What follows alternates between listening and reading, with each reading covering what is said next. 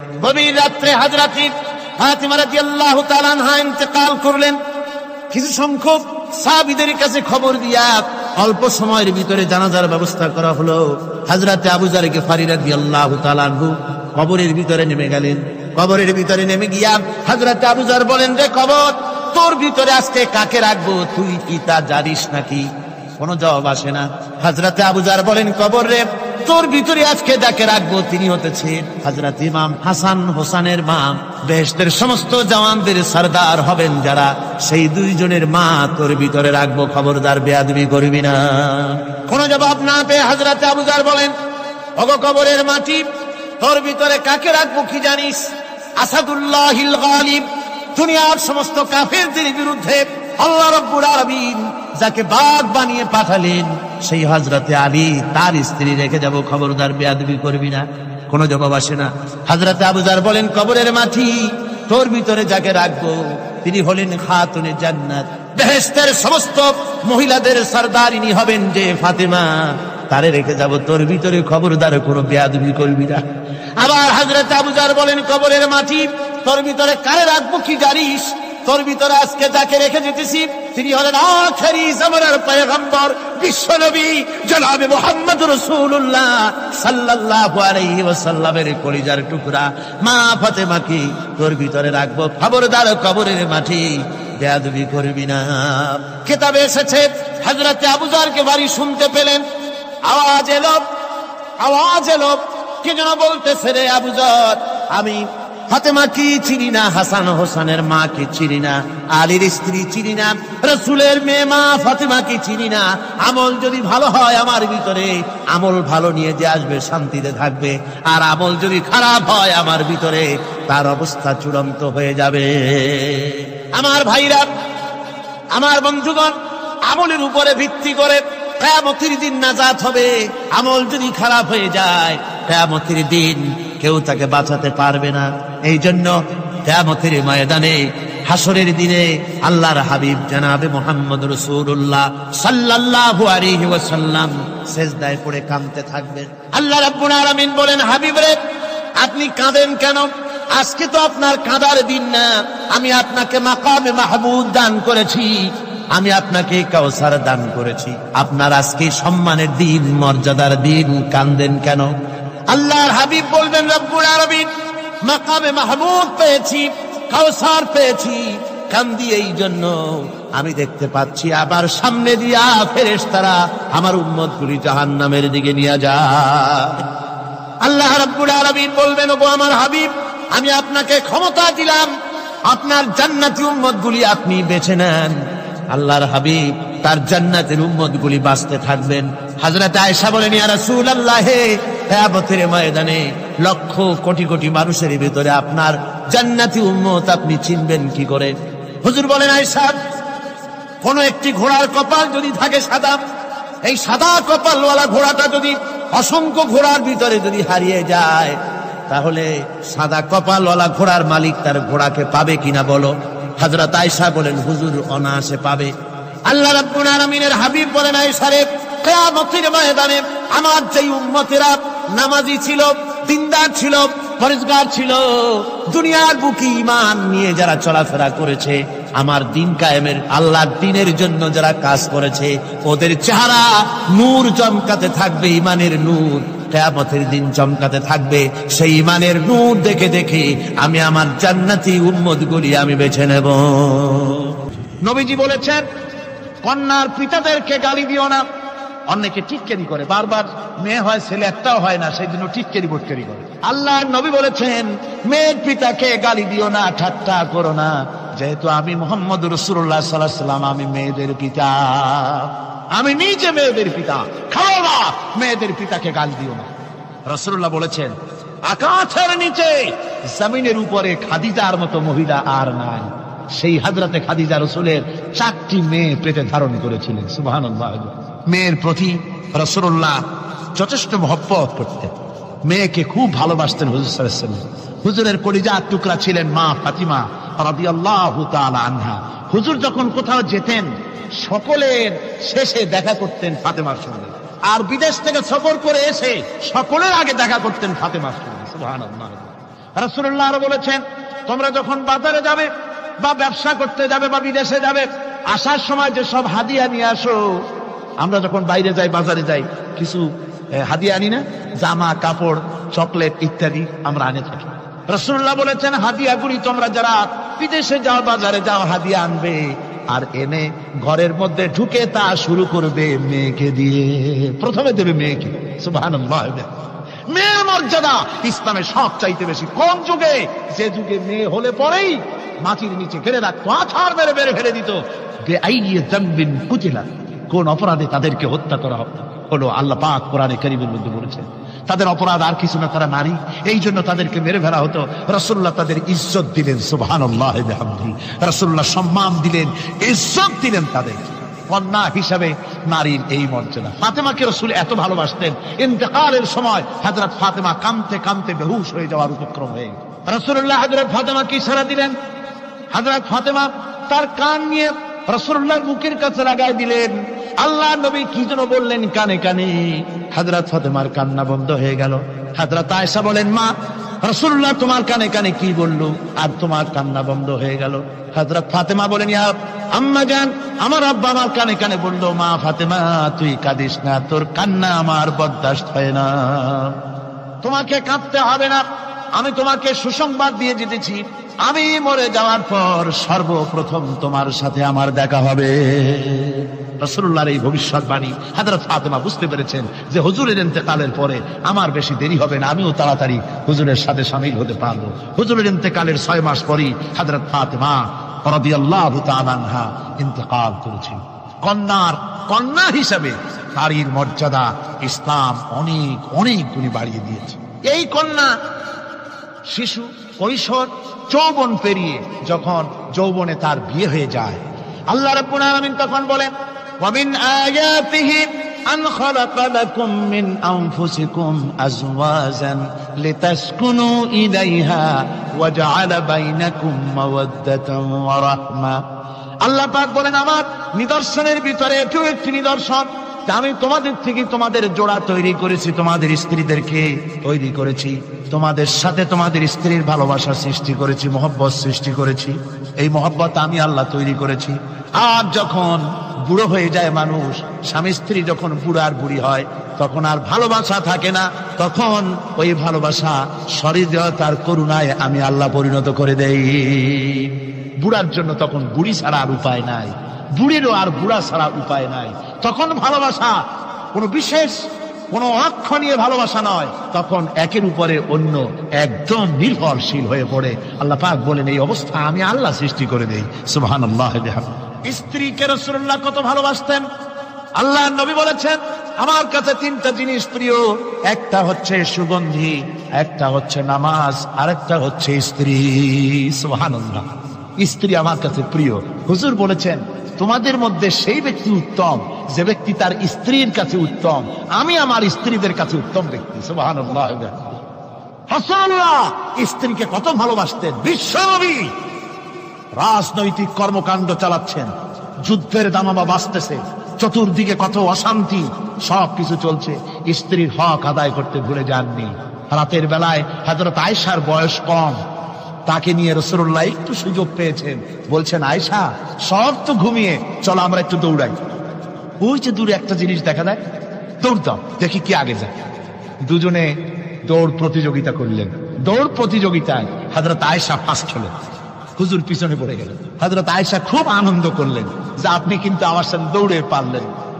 পরবর্তী কিছু কাল যাওয়ার পর হযরত আয়েশা বলেন, হুজুর আজকে আবার বললেন যে চলো আয়েশা একটু দৌড়াই। হযরত আয়েশা বলছেন যে সেদিনের তুলনায় আমার শরীর একটু, আমি মুটিয়ে গেছি, শরীরটি স্থূল হয়েছে, আমি আজকে দৌড়ালাম কিন্তু পারলাম না। রাসূল আগে চলে গেলেন, আমি হাঁপাতে হাঁপাতে যখন হুজুরের কাছে চলে গেছি, হুজুর তখন মুস্কি হেসে আমাকে বললেন, আয়েশা ওই সেই দিনের জবাব আজকে দিয়া দিলাম। সুবহানাল্লাহ বিহামদিহি, সুবহানাল্লাহ বিহামদিহি। বিশ্ব নবী কত বড় আদর্শ বিশ্ব মানবতার জন্য। তিনি বলেছেন, আরাফাতের ময়দানে রাসূলুল্লাহ বলেছেন, তোমরা যেমন পড়বে তোমার স্ত্রীদেরকে তেমন পড়াবে, তোমরা যেমন খাবে তোমার স্ত্রীদেরকে তেমন খাওয়াবে, স্ট্যান্ডার্ড মেনটেন করবে। তুমি ভালো দামের কাপড় পরবে, স্ত্রীকে খারাপ হযরত আলী রাদিয়াল্লাহু তাআলা আনহুর বর্ম চুরি হয়ে গেছিল, চোর ধরা পড়ে গেল, কাজীর দরবারে বিচার হইল, সাক্ষী চাইলো কাজী, সাক্ষী কই? সাক্ষী আসলো, সাক্ষী দিল যেটা হযরত আলীর বর্ম। কাজী জিজ্ঞেস করলো, হযরত আলীর সাথে তোমার সম্পর্ক কি? বলছে আমি তার খাদেম।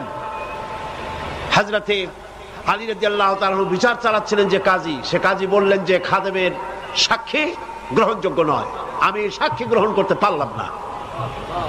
ওনার বর্ম হওয়া সত্ত্বেও বর্মটা তিনি ফিরে পেলেন না, যেহেতু শরীয়ত অনুমোদন করে না বাপের পক্ষে ছেলের সাক্ষী, বাপের পক্ষে ছেলের সাক্ষী অথবা তার খাদেমের সাক্ষী।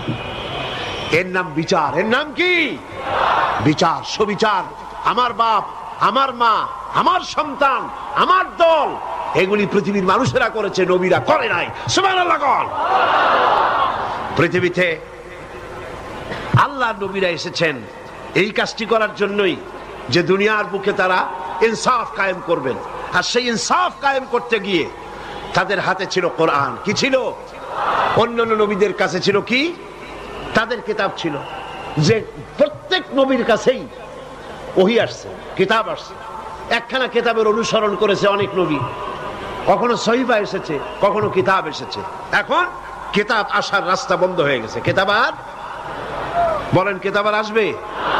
কিতাব আর আসবে না, কিতাব আসার রাস্তা বন্ধ হয়ে গেছে। আল্লাহ পাক এই পৃথিবীতে আর কোনো কিতাব পাঠাবেন না। কিতাব তো ভালো, আল্লাহ পাক তার নিজের পক্ষ থেকে আর একটি বাণীও বিশ্ববাসীর জন্য পাঠাবেন না, শেষ হয়ে গেছে। কোরআন হচ্ছে সর্বশেষ কিতাব, আর দরকার নাই, কোরআন কমপ্লিট। সুতরাং অন্যান্য কিতাব আমরা বিশ্বাস করব এই জন্যে যেগুলি, যেহেতু এগুলি সব আল্লাহর কিতাব, এগুলি কার কিতাব? কিন্তু যখন মানব, তখন মানার ব্যাপারে কোরআন ছাড়া অন্য কিতাবের হুকুম আমরা মানব না। কথা বুঝে আসছে কিনা? কথা বুঝে আসছে কিনা? কোরআন শরীফ হচ্ছে চূড়ান্ত, এরপরে আর কোনো কিতাব পৃথিবীর মানুষের জন্য আসবে না। এই জন্যে কোরআন শরীফকে আল্লাহ পাক জমা করেছেন, কোরআন শরীফকে রাসূলকে মুখস্থ করার তৌফিক দিয়েছেন। আর কোরআন এটি হচ্ছে সেই কিতাব যা রাসূলুল্লাহ কোরআনের নামে যা বলেছেন সবগুলি আল্লাহর, হুজুরের বানানো কিছুই এর মধ্যে নাই। আর এটা হচ্ছে সেই কিতাব যার মধ্যে সন্দেহের কোনো অবকাশ নাই। যালিকাল কিতাব লা রাইবা ফি, এটা হচ্ছে সেই কিতাব যার মধ্যে কোনো সন্দেহ নাই। আমার বন্ধুগণ, আল্লাহ রাব্বুল আলামিন বলেন, ওয়া মা ইয়ানতিকু আনিল হাওয়া ইন হুয়া ইল্লা ওয়াহয়ুন ইউহা। নবী কোরআনের নামে যে কথাগুলি বলেছেন, তিনি যা বলেন, আমি যা বলতে বলি, সেই ওহী তোমাদের সামনে তিনি পেশ করেন। নিজের থেকে বানিয়ে তিনি কোনো কথা তোমাদেরকে বলেন না। যদি তিনি নিজের থেকে কোনো কথা যদি বানাতেন, ওয়ালাউ তাকাওয়ালা আলাইনা বাদাল আকাবির লাআখাযনা মিনহু বিল ইয়ামিন। আমার নবী যদি নিজের থেকে বানিয়ে কোনো কথা যদি কিতাবের ভিতরে, কোরআনের ভিতরে আমার নামে যদি ঢুকিয়ে দিতেন, আমি আমার নবীর ডান হাতকে চেপে ধরতাম, আর আমি তার কণ্ঠ নালীকে কেটে ফেলে দিতাম। আমি তার ডান হাত চেপে ধরতাম, তার কণ্ঠ নালী কেটে ফেলে দিতাম। সুবহানাল্লাহ কইলেন না? তাহলে কি বোঝেন? এর মধ্যে রাসূলুল্লাহর কথা আছে? নাই। এর ভেতরে আল্লাহ পাক বলছেন, উপর থেকে, নিচের থেকে, ডানের থেকে, বাঁ থেকে বাতিলের, শয়তানের প্রবেশের কোনো অধিকার নাই। যদি থাকতো এতদিনে কোরআন শরীফ নকল হইয়া যাইতো। ঠিক কিনা গণ? বলেন সত্য কিনা? দুনিয়ার এত কিছু নকল হয়, এত কিছু উল্টাপাল্টা হয়, কোরআন শরীফ উল্টাপাল্টা হয় না কেন? এই কথা কি মাথার মধ্যে ঢোকে কখন আপনাদের? এই চিন্তা কি করেন যে এত কিছু নকল হইলো কিন্তু কোরআন তো নকল হয় না? মানুষের কণ্ঠস্বর নকল হচ্ছে, হচ্ছে না? হচ্ছে কিনা কল?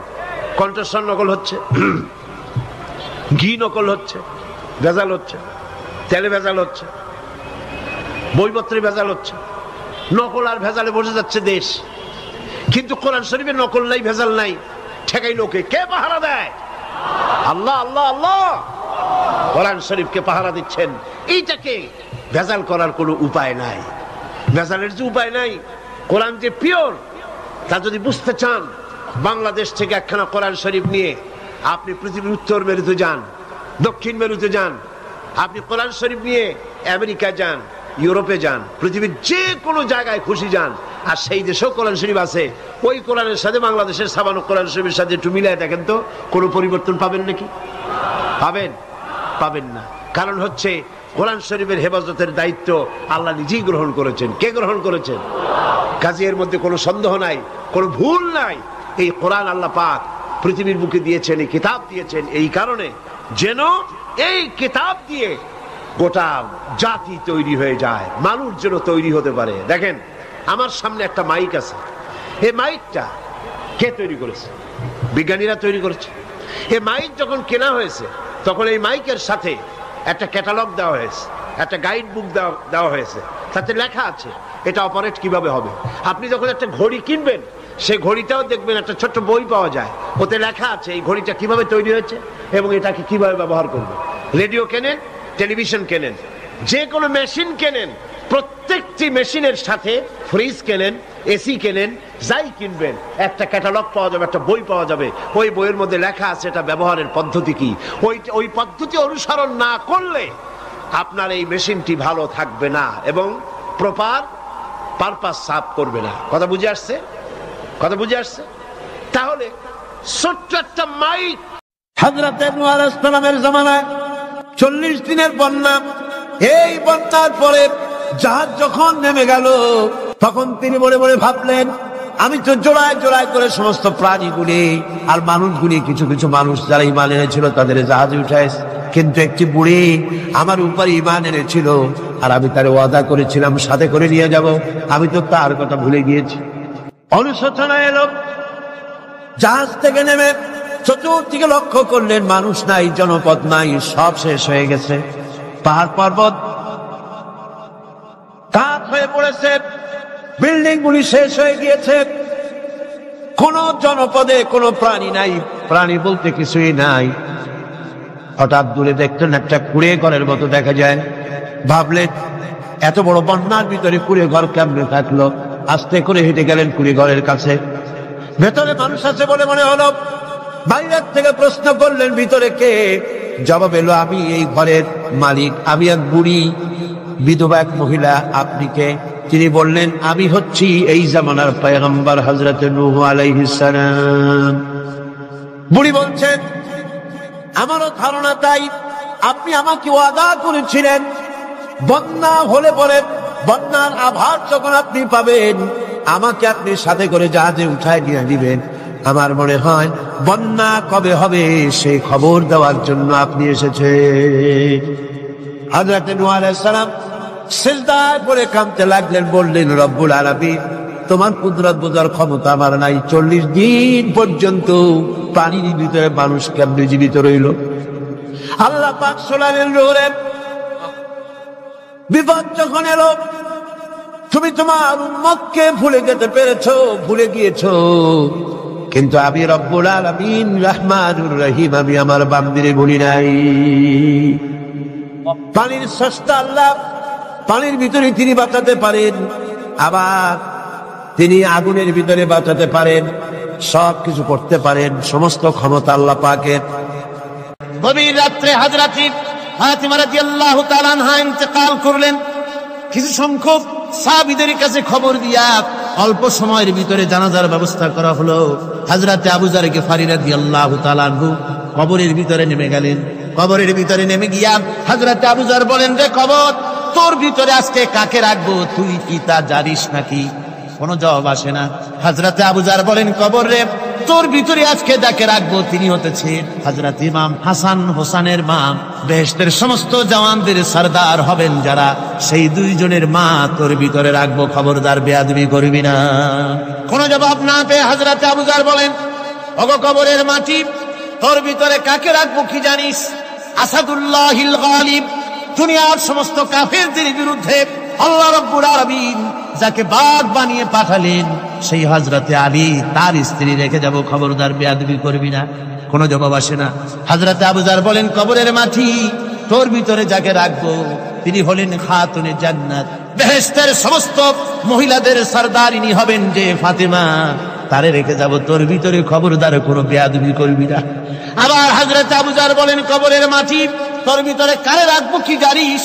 তোর ভিতরে আজকে যাকে রেখে যেতেছি তিনি হলেন আখেরি জামানার পয়গম্বর বিশ্বনবী জনাবে মুহাম্মদ রাসূলুল্লাহ সাল্লাল্লাহু আলাইহি ওয়াসাল্লামের কলিজার টুকরা মা ফাতেমাকে তোর ভিতরে রাখবো, খবরদার কবরের মাটি বেয়াদবি করবি না। কিতাবে এসেছে হযরত আবু যারকে বাড়ি শুনতে পেলেন, আওয়াজ এলো, কে যেন বলতেছে, রে আবু যার, আমি ফাতেমা কি চিনি না, হাসান হোসেনের মা কি চিনি না, আলীর স্ত্রী চিনি না, রাসূলের মেয়ে মা ফাতেমা কি চিনি না। আমল যদি ভালো হয় আমার ভিতরে, আমল ভালো নিয়ে যে আসবে শান্তিতে থাকবে, আর আমল যদি খারাপ হয় আমার ভিতরে তার অবস্থা চূড়ান্ত হয়ে যাবে। আমার ভাইরা, আমার বন্ধুগণ, আমলের উপরে ভিত্তি করে কিয়ামতের দিন নাজাত হবে। আমল যদি খারাপ হয়ে যায় কিয়ামতের দিন কেউ তাকে বাঁচাতে পারবে না। এই জন্য কিয়ামতের ময়দানে, হাসরের দিনে আল্লাহর হাবিব জনাবে মুহাম্মদ রাসূলুল্লাহ সাল্লাল্লাহু আলাইহি ওয়াসাল্লাম সিজদায় পড়ে কাঁদতে থাকবেন। আল্লাহ রাব্বুল আলামিন বলেন, হাবিব রে আপনি কাঁদেন কেন? আজকে তো আপনার কাঁদার দিন না, আমি আপনাকে মাকামে মাহমুদ দান করেছি, আমি আপনাকে কাউসার দান করেছি, আপনার আজকে সম্মানের দিন, মর্যাদার দিন, কাঁদেন কেন? আল্লাহর হাবিব বলবেন, রব্বুল আলামিন মাকামে মাহমুদ পেয়েছি, কাউসার পেয়েছি, কান্দি এই জন্য আমি দেখতে পাচ্ছি আবার সামনে দিয়া ফেরেশতারা আমার উম্মতগুলি জাহান্নামের দিকে নিয়ে যায়। আল্লাহ রাব্বুল আলামিন বলবেন, ওগো আমার হাবিব, আমি আপনাকে ক্ষমতা দিলাম, আপনার জান্নাতি উম্মতগুলি আপনি বেছে নেন। আল্লাহর হাবিব তার জান্নাতের উম্মতগুলি বাঁচতে থাকবেন। হযরত আয়েশা বলেন, ইয়া রাসূলুল্লাহ, কিয়ামতের ময়দানে লক্ষ কোটি কোটি মানুষের ভিতরে আপনার জান্নাতি উম্মত আপনি চিনবেন কি করে? হুজুর বলেন, আয়েশা, কোন একটি ঘোড়ার কপাল যদি থাকে সাদা, এই সাদা কপালওয়ালা ঘোড়াটা যদি অসংখ্য ঘোড়ার ভিতরে যদি হারিয়ে যায়, তাহলে সাদা কপালওয়ালা ঘোড়ার মালিক তার ঘোড়াকে পাবে কিনা বলো? হযরত আয়েশা বলেন, হুজুর অনায়াসে পাবে।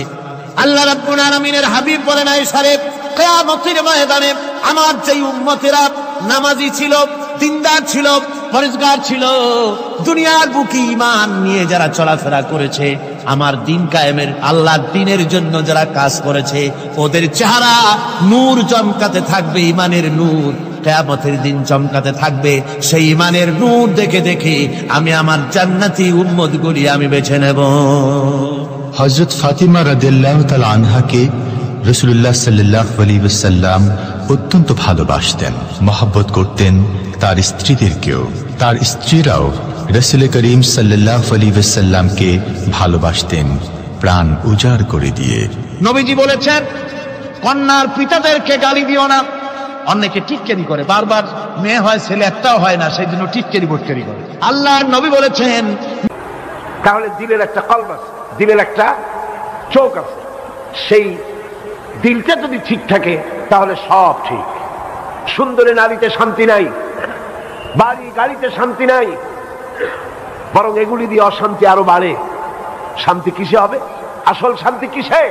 ইন্ডাস্ট্রিতে নয়, বাড়িতে নয়, গাড়িতে নয়, সুন্দরী নারীতে নয়। আসল শান্তি হচ্ছে পিস অফ মাইন্ড। সেটা কি? আল্লাহ পাক বলছেন, আলা বিযিকরিল্লাহি তাতমাইন্নুল কুলুব। জেনে রাখো, একমাত্র আমার জিকির, আমার স্মরণ মানুষের অন্তরাত্মাকে ঠান্ডা করে দিতে পারে। সুবহানাল্লাহ। মানুষ যখন আল্লাহ যখন বলে, কি প্রশান্তি, কি প্রশান্তি!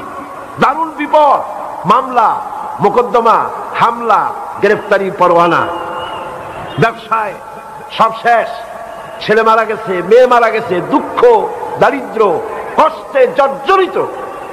সেই সময় মনের কথা উজাড় করে দিয়ে আল্লাহ পাকের দরবারে চোখ থেকে দুফোঁটা পানি ফেলতে পারলে সেখানে যে তৃপ্তি, এই তৃপ্তি পৃথিবী তার কোথাও পাওয়া যায় না। এই জন্য দিল থেকে যখন আসে আল্লাহ, আল্লাহর নাম কি? আল্লাহ। আল্লাহ না, কিন্তু মুখটা গোল করে উচ্চারণ করতে হবে সুন্দর করে, আল্লাহ। বলেন সবাই আল্লাহ। दिल से जो बात निकलती है असर रखती है, पर नहीं मगर ताकते परवाज रखती है। অন্তর থেকে যে কথা বেরোয় সেই কথা প্রভাব বিস্তার করে, ডানা নাই কিন্তু ওড়ার ক্ষমতা রাখে। দিল থেকে কোন মোমেন বান্দা, কোন মোমেন বান্দি অন্তরের অন্তঃস্থল থেকে, হৃদয়ের গভীর কন্দর থেকে একটি বার যদি উচ্চারণ করে আল্লাহ, বলেন সবাই আল্লাহ, সবাই মুখ খুলে বলেন আল্লাহ। আল্লাহ রাব্বুল আলামিন 70 বার সাড়া দেন, বান্দা কি চাও আমি হাজির। বান্দা থেকে আল্লাহ পাক দূরে নয়, একদম নিকটে। আল্লাহ পাক বলেন কত নিকটে, শোনো, ওয়া নাহনু আকরাবু ইলাইহি মিন হাবলিল ওয়ারিদ। তোমার ঘাড়ে যে শাহরগ, যে রগের উপরে তোমার মাথাটা খাড়া হয়ে আছে, এর থেকেও আমি আল্লাহ তোমার কাছে বেশি নিকটবর্তী। এখন এই দিল, কলব, এটা সুস্থ হতে হবে। বহুত মুসলমান আছে যাদের এই অন্তর ঠিক নাই, তাদের কাছে সব ভালো লাগে। কয় যে হুজুর, ওয়াজ যখন শুনি বেশ মজা লাগে, আবার যখন গান শুনি তাও খারাপ লাগে না, আছে কিনা? মসজিদও ভালো লাগে, আবার মন্দিরও মোটামুটি ভালো লাগে, খারাপ লাগে। দেখেন না, এরা মন্দিরেও যায়, মসজিদেও যায়, সব জায়গায় যায়, ঠিক কিনা? যায় কিনা? কারা যায়? আপনারা নিজেরাই খাবে খাবে মিলাই নেন, যায় কারা? ওয়াজ মাহফিলও ভালো লাগে, গানের মজলিসও ভালো লাগে, সিনেমাও ভালো লাগে, হজও করে, ডিশ এন্টিনায় স্ত্রী পুত্র পরিজন নিয়ে একসাথে নগ্ন চিত্র দেখতেও খারাপ লাগে না, ঠিক কিনা? এটা হচ্ছে কি?